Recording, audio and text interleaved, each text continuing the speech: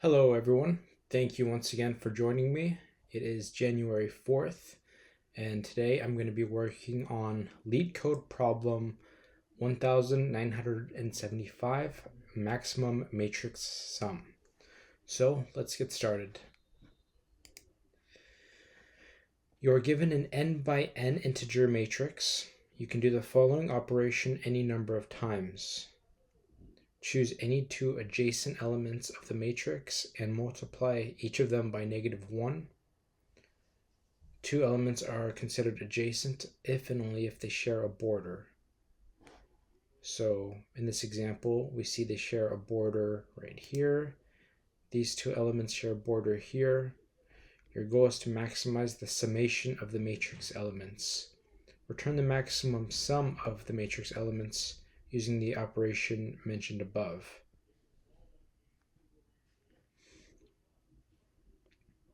Okay, so in this example, we see that if we multiply these two adjacent elements by -1, it would result in this -1 turning into a 1, and then this one turning into a -1. And then if we do that operation again, using these two elements that are adjacent, we multiply each of them by -1 right here, resulting in all ones. And then we return the sum of that. And likewise, in this example, we can multiply these two adjacent elements by -1 and get a resulting 2 and a 3 that are adjacent, and then take the maximum sum. So we're not given a certain amount of times that we can multiply adjacent elements, so that's good. So the question that I'm thinking, or the solution that I'm heading towards, is how can we find two adjacent elements that we can multiply so that we can get a greater sum than we could get before multiplying them. But that's a little too simplistic though, because, well, so here, if we multiply each of these by -1, then we would get this would be -1, and then this one would be 1, meaning the max sum would remain the same. But we're using that multiplication, or we're using that operation as a tactic to potentially do that operation again, and then getting a max sum, or getting a sum that was hopefully greater than the sum we had previously.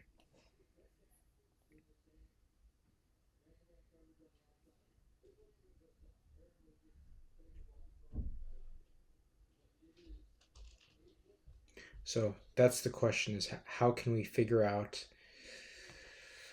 how can we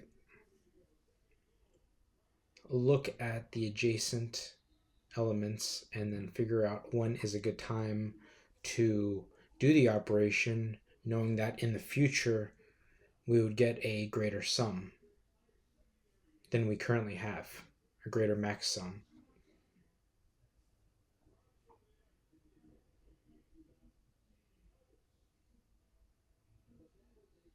We don't stand to lose anything from multiplying these two adjacent elements by a -1. It would still have the same resulting max sum. So, but that doesn't necessarily mean we should do it. We should do the operation.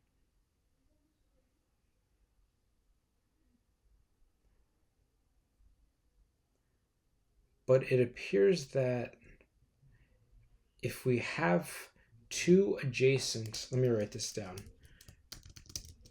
If we have two adjacent cells or elements that are both negative, then it would make sense to multiply each of them by -1, because then we would be able to take the sum of the inverse of those numbers.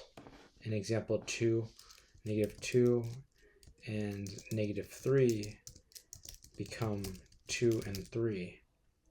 So one, I guess, one potential way, or one potential reason to multiply each of the elements by -1 is if two elements are negative, two adjacent elements are negative.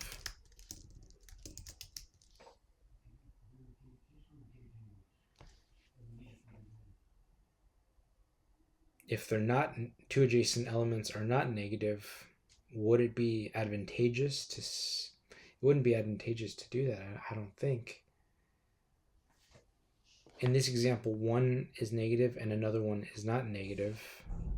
So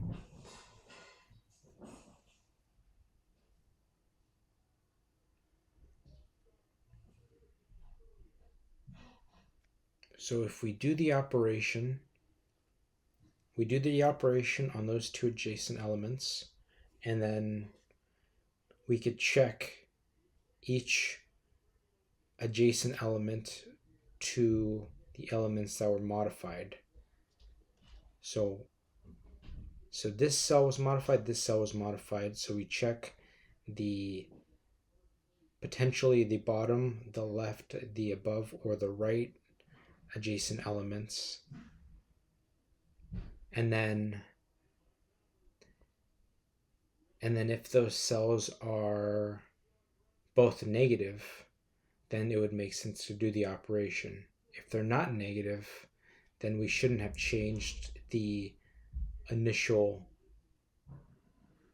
adjacent elements.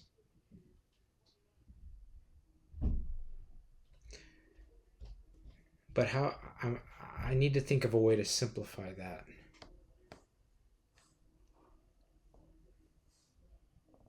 For example, if I were to just iterate through the matrix and I look at two elements at a time, could that be one potential initial phase? If I look at two elements at a time, 1 and -1,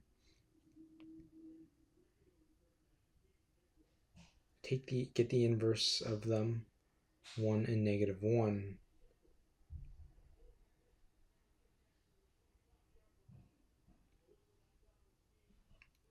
and then 1 changes to -1,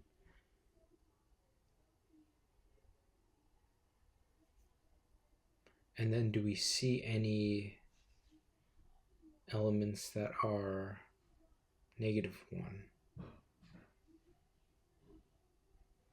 We change these to 1, and then do we keep checking?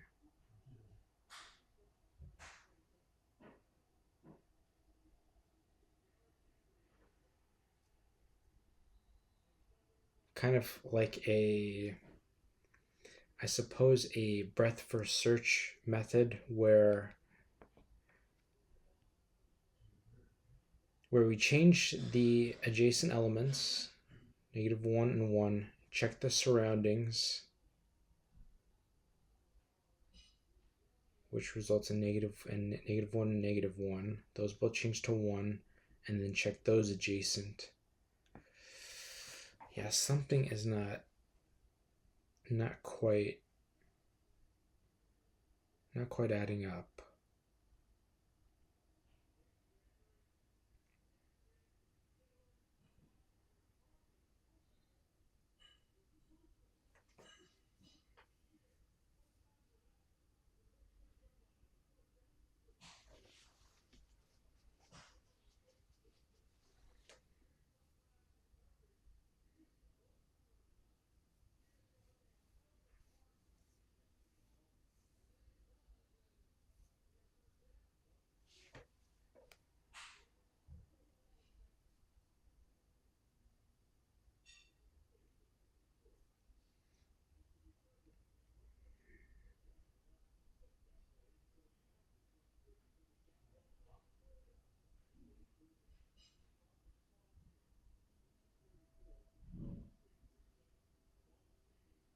should have put my timer on just to, let's just add that.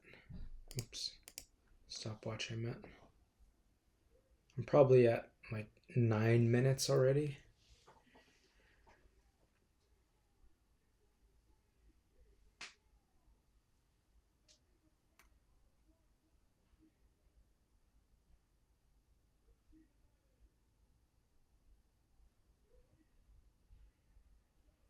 So if I iterate the pairs in pairs,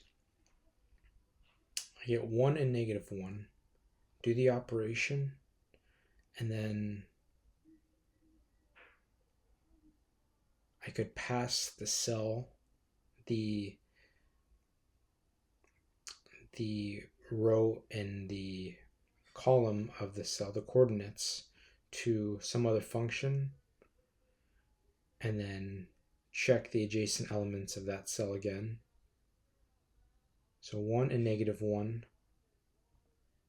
Multiply it, turns into -1 and 1, and we pass the coordinates 0, 0 to some recursive function, and then we check the adjacent elements, and we see if the adjacent element is a -1.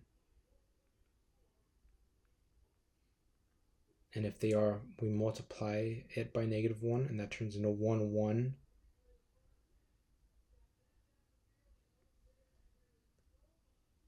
And then once again pass the cell that hasn't been visited, which would be this cell right here, send those coordinates over, cell 1 with coordinates 1, 0, and then check if there are any cells that are negative. That's the part that I'm not sure of, is when to stop, because if two adjacent cells are positive, then it wouldn't make sense to multiply each of them by -1. But if one cell is negative and one cell is positive, perhaps if the adjacent cell is -1 and we haven't visited it yet, then we can multiply by -1. And then we also still need to be aware of the current sum.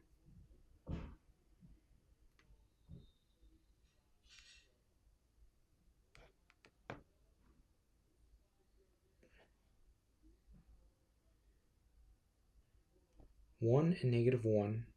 Multiply both of them by -1. We get -1 and 1. But then we have to pass this cell again. So it's not necessarily if I haven't visited it yet. Pass that over, the coordinate 0, 0. Check if it's adjacent cell.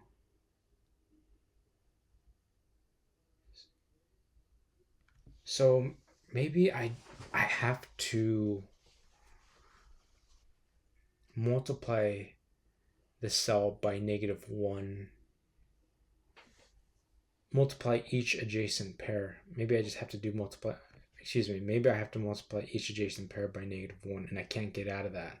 And if it results in a max sum, then we go with that.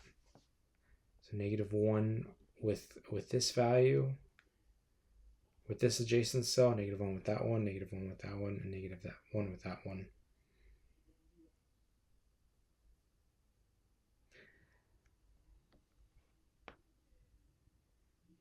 Likewise with this example, but if they're both positive, then I wouldn't need to.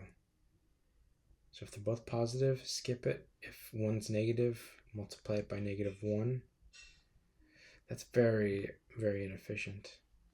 Look at this. I think they're targeting me with this ad. And I'd fall under this category.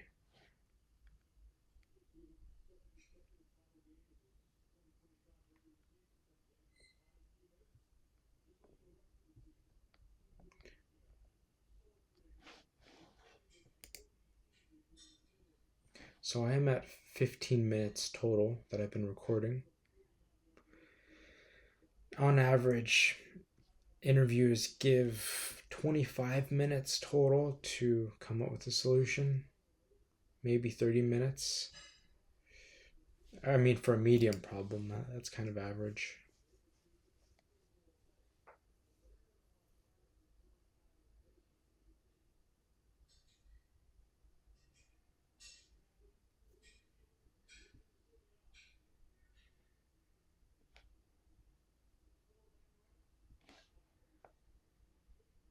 Also, in example 2, a quick thought is that we do have adjacent pairs -1 and -2, and -2 and -3, but multiplying these two adjacent pairs by a -1 would result in a greater max sum than multiplying these two adjacent pairs, because if we do these two pair, or if we do this pair, then we get 1 and 2, and then we couldn't then multiply this pair. So that's also something that I have to take note of.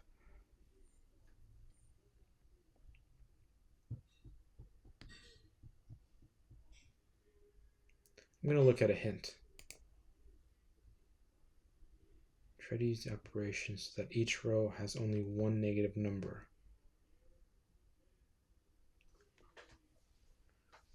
That's interesting.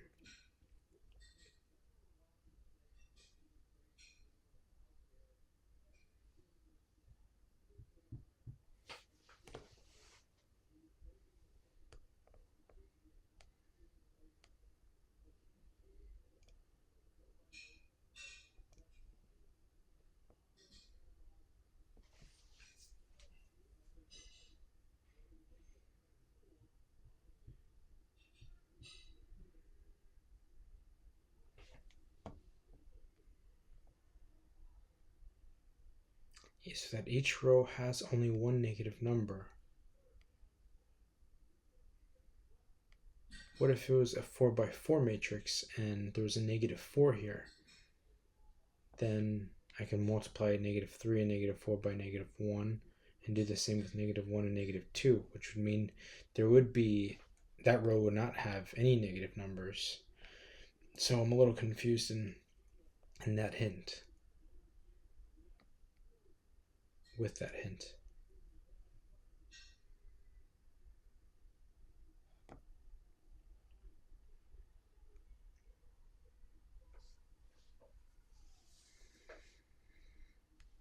I'm thinking of different patterns that I could use to help me with this, but I'm not coming up with anything.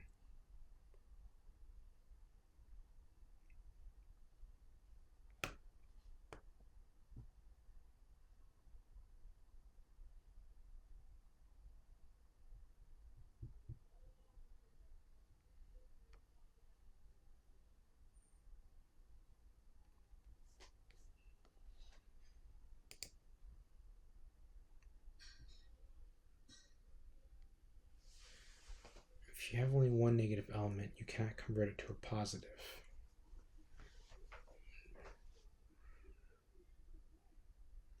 So maybe how can I find the greatest adjacent pair in a row?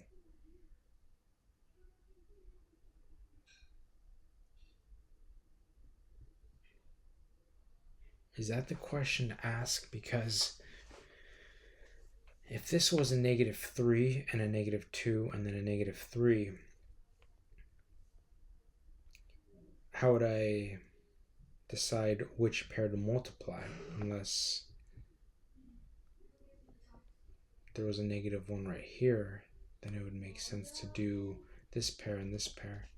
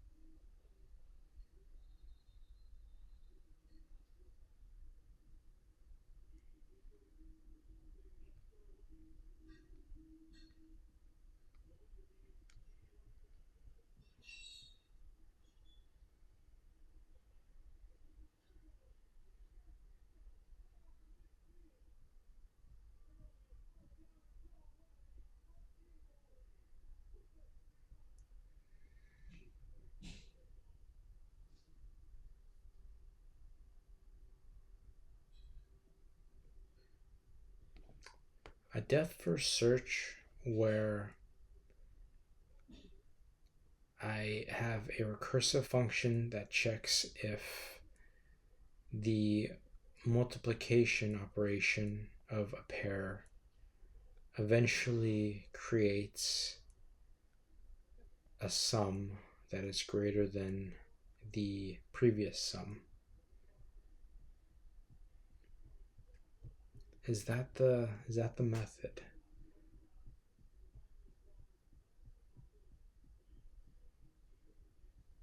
And how would that look like? We do this multiplication, or we pass these cells into a function,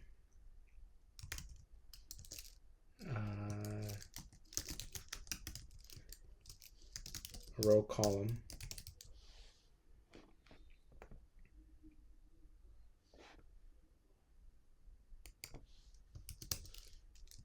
we do a multiplication of -1 on that cell with each adjacent cell. Multiply -1 with that cell and each adjacent cell, assuming that it's within the bounds of the matrix. And that's in matrix, and that we haven't multiplied before. Perhaps storing a tuple of the two cells in a set, and then if it's in that set, then we ignore it.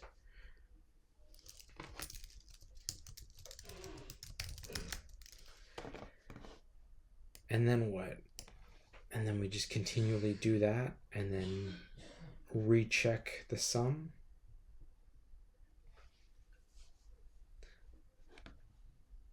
N is going to go up to 250, so that's a lot of operations.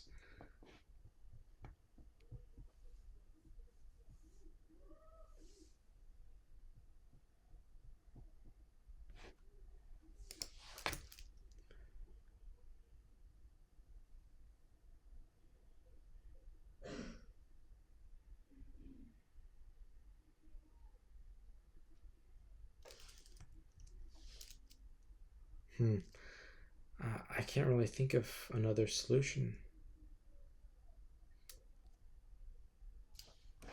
I'm at 24 minutes.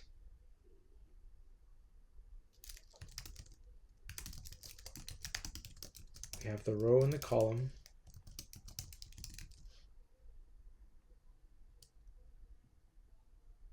And we can say, we can also have a set called cells, and then we traverse through the matrix, sending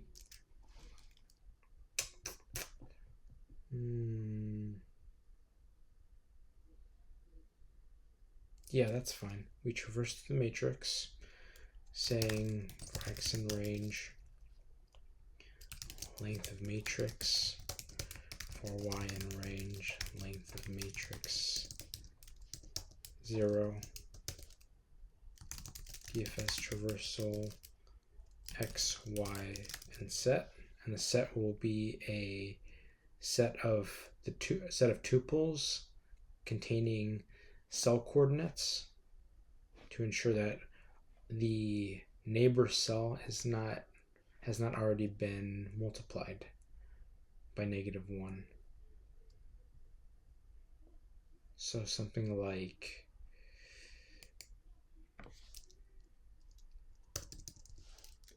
we can also have an array that has the directions of adjacent cells.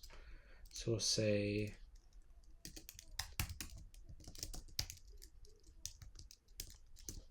-0, 1, 1, 0, 0, -1,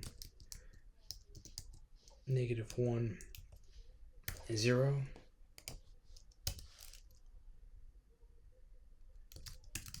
cells.add a tuple of the row and the column.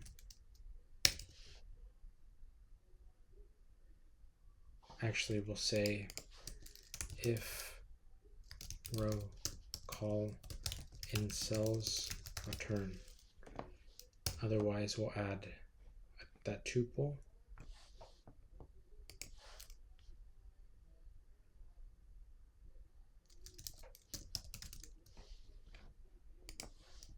And then we'll go through the adjacent cells. For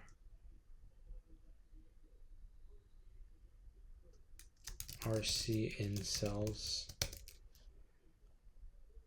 And then we also need to get the max sum. So that's like, this is layer upon layer of operations that it doesn't sound very, I mean, efficiency is one thing, but this just sounds it's getting too convoluted. I'm going to look at the discussions.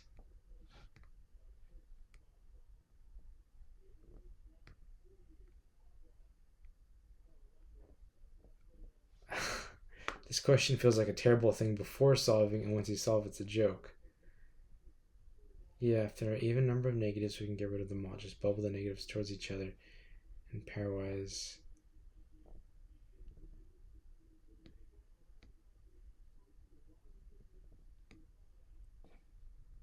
Oh boy. First hint may be the only hint you need. Try to use the operation so that each row only has one negative number.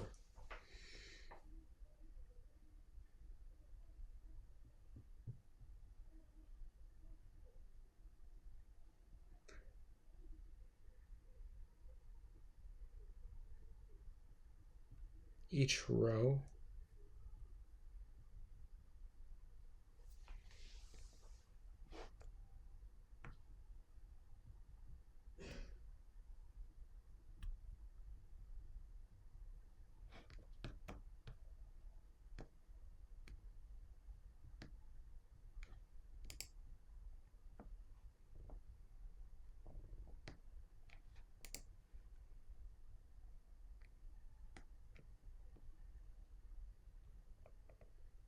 This is not a graph question. This is not a DFS, BFS question.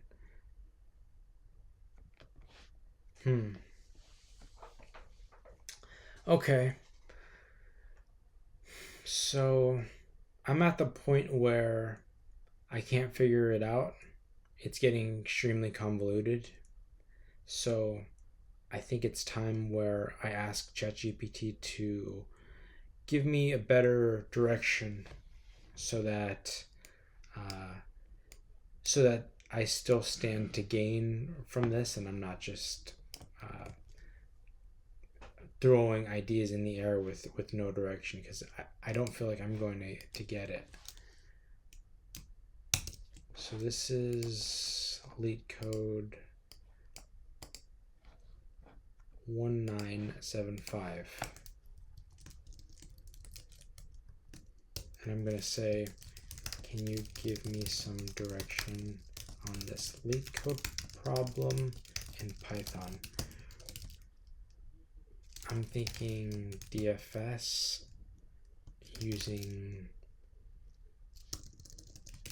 and multiplying adjacent pairs with -1 and seeing if it results in a greater max sum.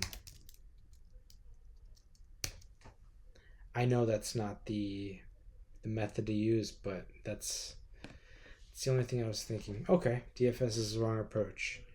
See, n can be up to 250, so yeah, that'd be crazy. Multiply both by -1, that means you always flip two signs at once.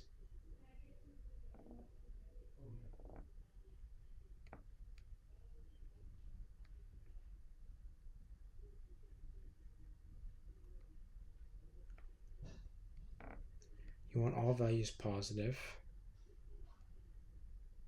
If the number of negative values is odd, one must remain negative. Count how many negatives were in the original matrix.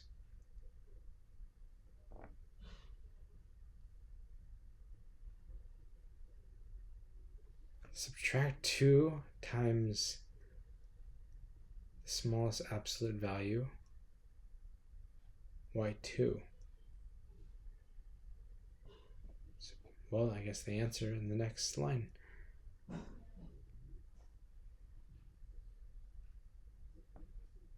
Oh, okay. There are 2 negatives.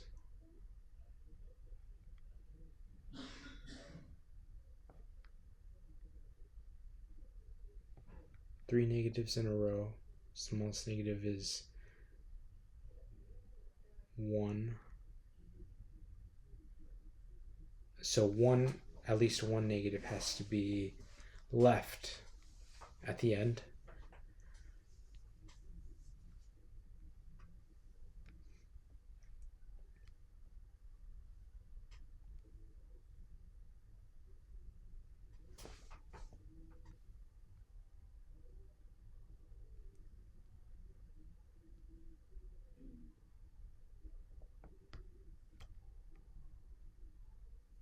There are 3 negatives.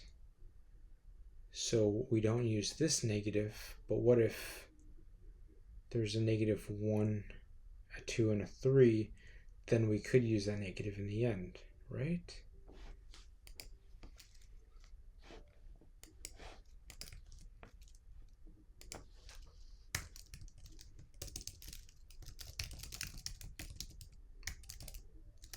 The -1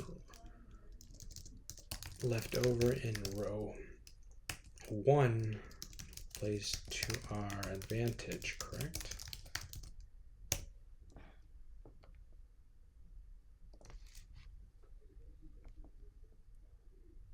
Absolute value, sum of the absolute values is 18. Oh, the total amount of negatives then. Not just the total amount of negatives in one particular row.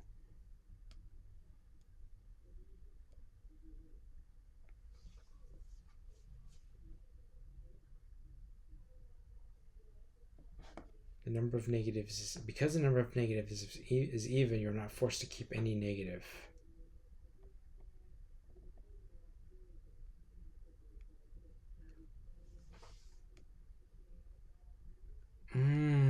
That's interesting. So I think I see. So that's a 3 by 3 matrix. But say, for example, we have 1, 2, and -5. I'll scoot these over just to make it look a little bit nicer. And also, I don't need the comma.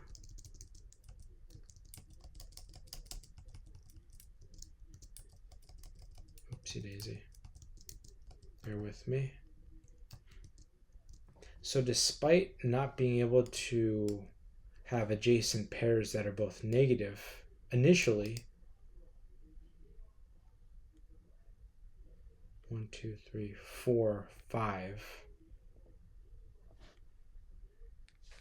there are even negatives in this example, which means eventually we could continue doing the operations so that the negatives get passed in between or throughout the graph.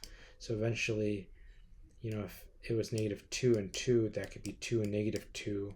And then if there was another positive value right here, you can just keep swapping the negative and literally moving it over. But that only works if there's a negative or an odd number of, an even number of negatives. So let's see if that's -1, we go right there, and we'll just say, we'll say that 1, 2, 3, 4 negatives. So then these change to both positive. -1 flips to 1, and this flips to -1. And then this -1 flips to 1, and this one flips to -1. And we just keep on passing the negative over until eventually it meets an adjacent value that is also a negative, and then we switch both of them from a negative to a positive. That is, there's no way in heck I would have gotten that, but it's very, very interesting, mathematically at least. How are they? So they're passing it over if the value is less than 0,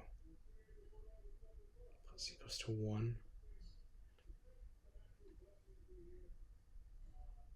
Oh, wow. Wow.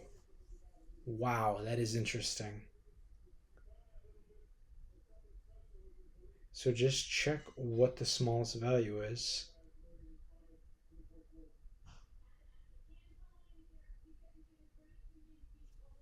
And then remove that.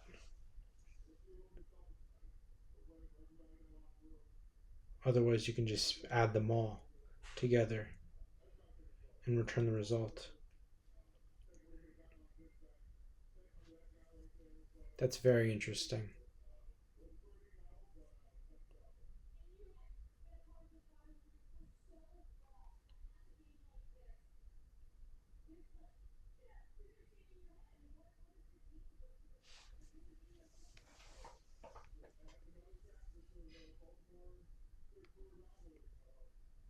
If the negative count modulo 2 equals to 1, total minus equals to 2 times. Now, I also wanted to... Okay, and that also makes sense why we subtract 2 times the minimum absolute value, because initially it's a negative, and then so if it's -3 and then we add the absolute value, which is 3, there's 6 in between 3 and -3, so it would make sense to subtract the total 6 from the total value. Well, this is another case where I don't necessarily get the problem right, but at least I learn something new. That's really interesting.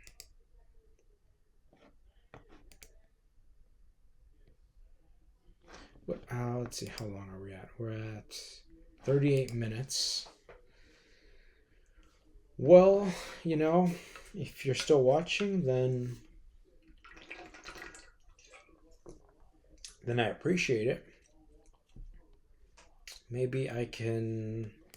Let me see if I fully understand it by re-implementing the solution, because I think I can get it now. I mean, I saw the solution, so I know what they're getting at, but if I can implement it now, then at least it's maybe a little ingrained. So what do we have? We have total value equals to 0. We have a minimum value,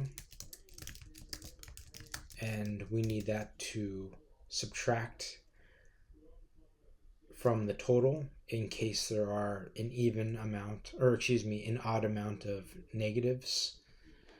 And then what we want to do is we want to multiply adjacent pairs by -1. Well, we don't need to do that, because we know if there are an even amount, then eventually, this is the cool thing about, and I'm rambling and I apologize, but this is the cool thing, is that what one would think is a solution in having to actually do the calculations, you can avoid that entirely by coming up with something clever, such as figuring out how many negatives there are, and then knowing that eventually the negative value, if it's an even number of negatives, they'll cancel out. So that's a cool thing. Okay, and then what else? We'll say count. We'll say negative count equals to 0 initially. And then we need to actually to count that. At the end, we'll return the total. So we need to go through each element in the matrix. Saying in the matrix is just kind of funny. Keanu Reeves. So we'll say for row in matrix, for value in row, if row is less than 0, negative count plus equals to 1. And then we'll say min value equals the min of the min val and the absolute value of the value. Okay, and now we have however many negatives there are.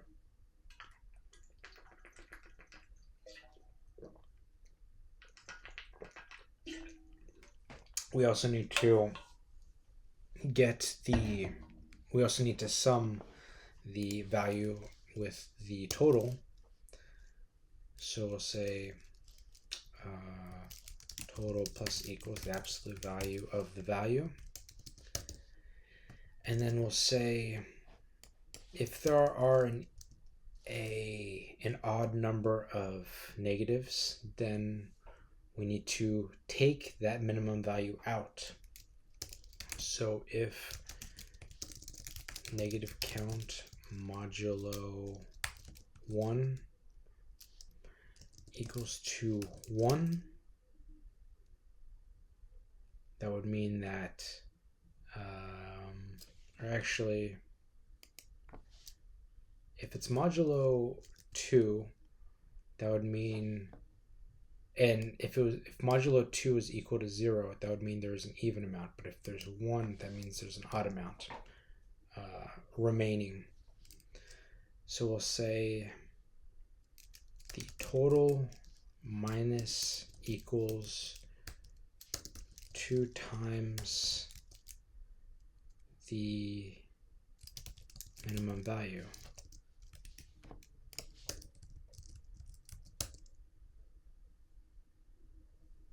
And then we return the total. If there's an even amount of negatives, then eventually they'll cancel each other out and we just return the total anyways.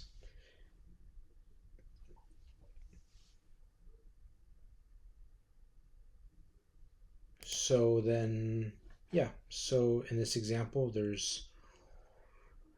we would take the sum, which is 3, 6, 9, 10, 11, 12, 13, 14, 15, 18. And then, no, is that right? Yeah, 18. And then we would see that there is 1 negative remaining. So total minus equals 2 times the minimum value, which would be 2. And we'd get 16.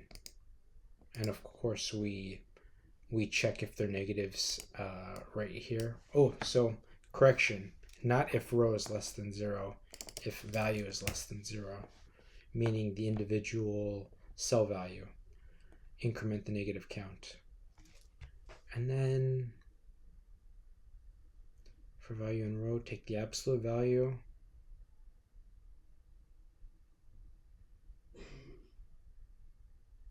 And one more correction is that, wait, the minimum value, okay, yeah, float infinity, that's as high as you can go. So if there's any value smaller than infinity within the matrix, that gets updated, and then we add the value. That all looks great.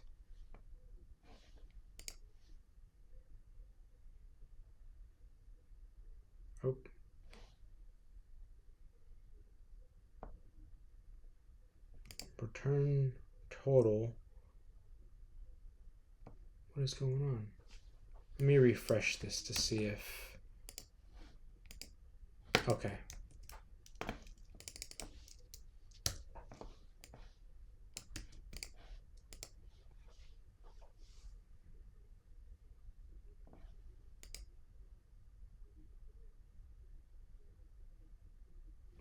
Alrighty.